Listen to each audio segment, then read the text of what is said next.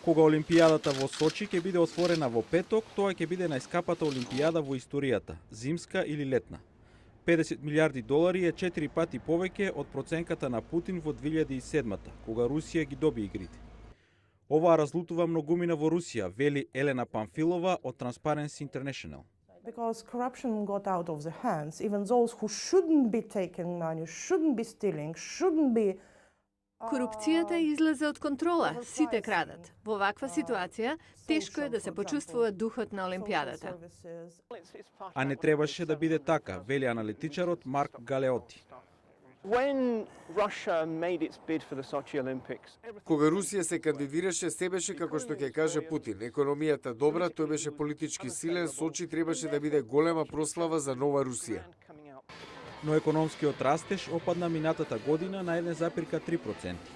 Анкетите покажуваат дека половина од русите не сакаат Путин да биде реизбран.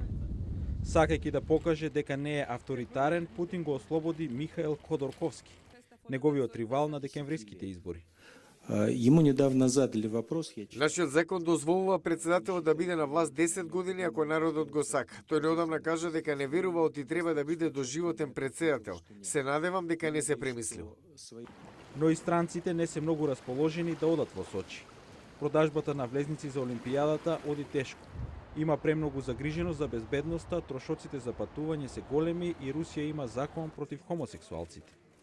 Дали се ќе биде заборавено со огнометот во петок? Путин сигурно се надева на тоа.